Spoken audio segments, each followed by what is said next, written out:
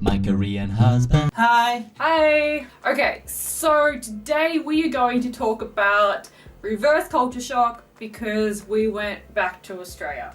So this is more my reverse culture shock. I think you had a little bit of like culture shock going there. Just Like a little bit. feel weird, but I Yeah. think you have more things to talk about. Okay, so firstly, when we were coming from the airport, so we got picked up at the airport, and my first thought was like the sky is so big and there's trees everywhere and these houses have front yards and backyards. What is this? It was just being in the car and being very sleep deprived. It was overwhelming to me. Things that have been normal for my whole life, and then spending 1 year in Korea and then coming back and being like, whoa, this is really, really different. Another one of the things that I noticed right away is that everybody looks different because Australia is such a multicultural country. Yes. So there was all different types of people everywhere. And Korea is such a sort of monoculture like that. So it was quite surprising to me again, like it just really hit me like, whoa, there's people from all around the world everywhere here. Everybody looks different. Fashion is different for everyone. Like in Korea, it's very much like this is the fashion, this is what we're wearing. But in Australia, it's like, well, people are wearing what they want. I also had that feeling that when I went to Australia at the airport and there's so many people, and of course in Korea in the airport and Seoul there's so many different people, but not like Australia. Blue eyes, blonde hair, Blonde red hair, red green eyes. and people speak Yeah. English Yeah. and I can't understand sometimes, Yeah. like, but in Korea whatever they say I You can understand. Like, understand. Yeah. it's a little weird feeling. Yeah. So when you first went to Australia, you had that sort of that feeling. Yes. Yeah. Yes. So it's interesting that just 1 year out of Australia, and then I come back and I'm like, wow, everybody's different. Yeah, and the weird thing is when I came back to Korea, Yeah. have same feeling. What is this? What It feels everybody weird. looks. I don't want to listen what people say, but Yeah. I listen. I understand what they're saying now. Yeah. Okay, so that's something, you have a point there that being in Korea, I can understand a lot of Korean, but I tune it out a lot of the time. And so when I came back to Australia, I was like, I can understand everything everybody's saying, and it is really, really annoying because I don't want to listen to your conversation.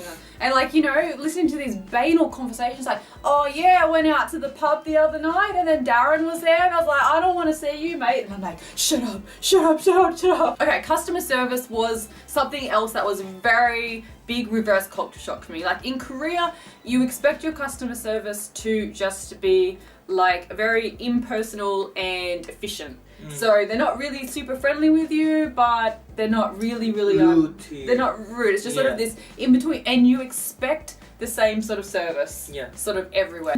Australia, you can have the either end, like the extreme. You can have extremely great customer service, or you can have the worst customer service in the world because it's so much depending, I guess, because it's a more individualistic society and it depends on the person. So I had a sort of weird experience when I went into a bakery and the girl was so friendly. Hi, how you going? What are you doing today? Is nice weather today? And I'm like, why are you talking to me like this? Like, just give me my bread. Like, it was, I mean, it was really nice, but at the same time, like, oh, yeah. And then I'm still doing the Korean, like, put my hand here as like, get the money and that type of thing. It was sort of a bit shocking like that. And then you have a whole variety of customer service, and then you can have the really terrible customer service. Like we had some terrible customer service. I went with my brothers to buy some meat pies and the woman there was atrocious. Like the pies weren't labelled, so we've got to ask what pie is what, and then she was just so nasty. And I'm like, Okay, another really, really big thing is how you greet people. So in Korea, how do you greet people? 안녕하세요 or Shake hands. 안녕하세요. Yeah. And, okay, so it's pretty much the same for meeting anybody. It's very easy, but in Australia, it can be anything. It can be a huge range. They might shake your hand, they might hug you, they might even kiss you on the cheek, meeting you the first time, like if it's friends of your friend. And so I had to go do this wedding stuff and wedding dinner stuff and meet these people. I've never met them before, and they were hugging me and kissing me on the cheek. And I've had a whole year in Korea where all I've had to do was just bow to people. I'm like, what are you doing? Why are you touching me? It was just, It was so difficult, and I realized now when I go back to Australia, I have this whole another level of anxiety, because when you meet somebody, or even if you just see friends, you actually don't know what they're going to do. You're like, is this going to be a hugging one? Is this just going to be like a hi? Is someone going to be kissing me on the cheek? And I felt my anxiety levels get higher in so many situations in Australia because there is not a standard thing like that. And I realized how much I really just like it in Korea, that you know what to expect, and there's the same phrases that you say as well. It just makes society just move so much quicker and smoother. And also you miss Korean food, Australian food a lot. Yeah. And when you went back to Australia, Yeah. you ate so much Australian Yeah. food and everything. When you came back and you miss I missed Korean Korean food, food. so then I come back and I'm like, I want the Korean oh food. nice Korean food. I think it's really good to sort of go back and forth, because then like it sort of balances out your cravings Yeah. like that. A few last things I have to say. Australian internet is absolutely terrible. We couldn't upload videos there. Transport system in Sydney is absolutely terrible. Terrible. So it was sort of harsh going back to Australia and going back to your home country and being like, well, I don't like this about it, I don't like this about it, I don't like this about it. And I felt more comfortable coming back to Korea, whereas you felt very comfortable going to Australia. Yeah. And then coming back to Korea, you felt a little bit uncomfortable.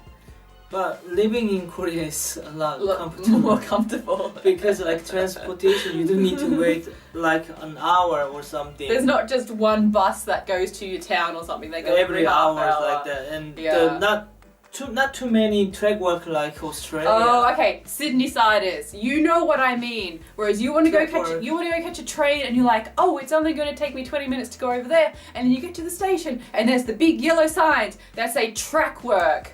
Sydney trains, you suck. I hate you. And I'm sure everybody in Sydney agrees with me about this.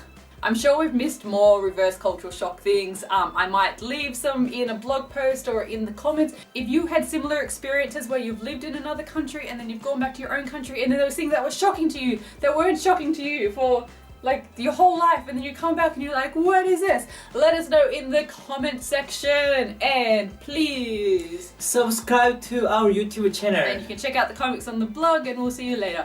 Bye. Bye.